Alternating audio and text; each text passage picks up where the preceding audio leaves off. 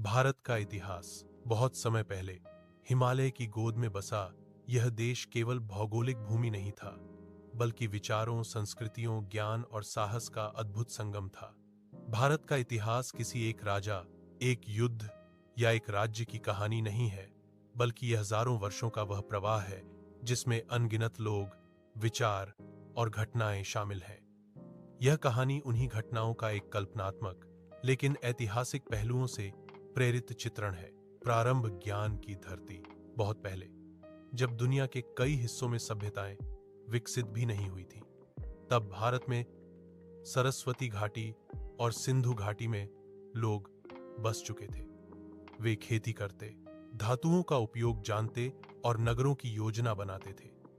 हड़प्पा और मोहनजोदड़ो की सड़कों पर साफ पानी के नाले, घरों में स्नानघर और अनाज रखने के बड़े बड़े कोठार थे।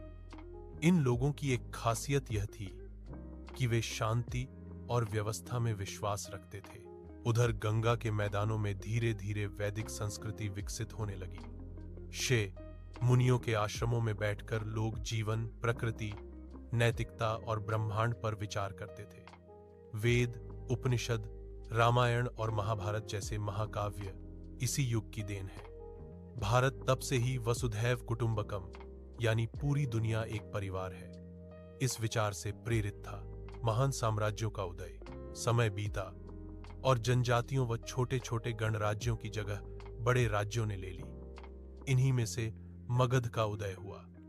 मगध का एक साधारण युवक चंद्रगुप्त मौर्य एक महान साम्राज्य स्थापित करने वाला था।